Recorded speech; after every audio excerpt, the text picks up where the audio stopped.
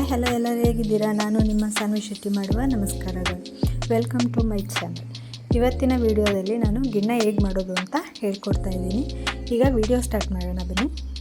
Video start ಮಾಡೋಕ್ಕೂ ಮುಂಚೆ ನೀವು ನಮ್ಮ ಚಾನಲ್ನ ಸಬ್ಸ್ಕ್ರೈಬ್ ಮಾಡ್ಕೋಬೇಕು, ಬೆಲ್ ಐಕಾನ್ ಮೇಲೆ ಕ್ಲಿಕ್ ಮಾಡ್ಕೋಬೇಕು.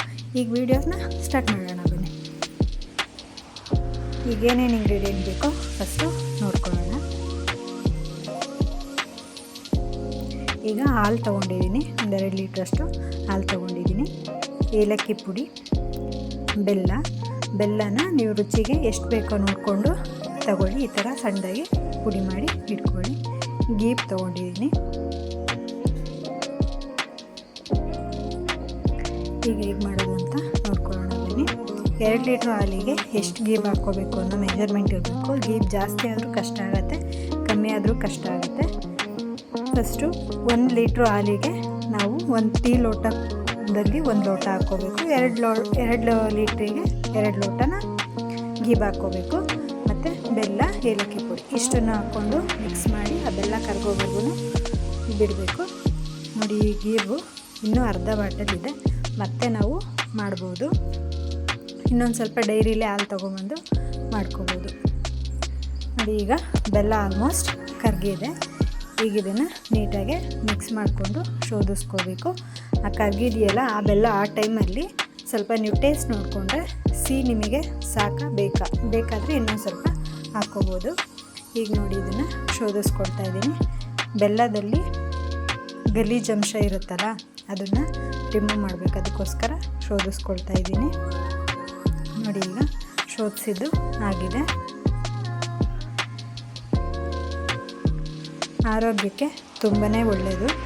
ಇದರಲ್ಲಿ ಜಾಸ್ತಿ ಹಾಲಿಗೆ ನೀರು ಹಾಕೋಕ್ಕೆ ಹೋಗಬೇಡಿ.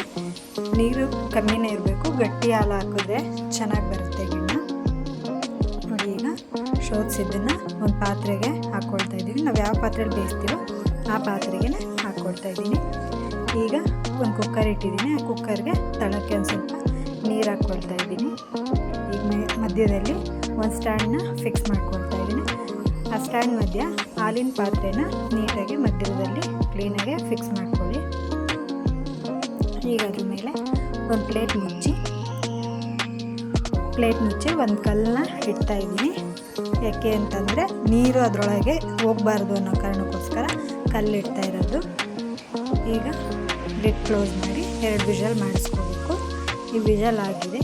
ಈಗ ನೋಡಿ, ಮೇಲೆಲ್ಲ ನೋಡಿ ನೀರು ನಿಂತಿದೆ. ನಿಧಾನಕ್ಕೆ ತಗೋಬೇಕು. ಅದನ್ನು ಯಾವುದೇ ಕಾರಣಕ್ಕೂ ಗಿಣ್ಣದೊಳಗೆ ನೀರು ಹೋಗದೇ ಇರೋ ಥರ ನೀಟಾಗಿ ಹುಷಾರಾಗಿ ತೆಗಿಬೇಕಾಗತ್ತೆ. ನೋಡಿ, ಈ ಥರ ನೀಟಾಗಿ ತಕ್ಕೊಳ್ಳಿ. ನೋಡಿ ಎಷ್ಟು ಚೆನ್ನಾಗಿ ಬಂದಿದೆ. ತುಂಬಾ ಚೆನ್ನಾಗಿ ಬಂದಿದೆ. ಟೇಸ್ಟು ತುಂಬಾ ಚೆನ್ನಾಗಿತ್ತು. ನೀವು ಮನೇಲಿ ಟ್ರೈ ಮಾಡಿ ಹೇಗೆ ಬಂತು ಅಂತ ಕಾಮೆಂಟ್ ಮಾಡಿ. ಈಗ ನೋಡಿ, ತಣ್ಣಗಾಗಿದೆ. ಬಿಸಿ ಇದ್ದಾಗಲೇ ಟೇಸ್ಟ್ ಗೊತ್ತಾಗಲ್ಲ.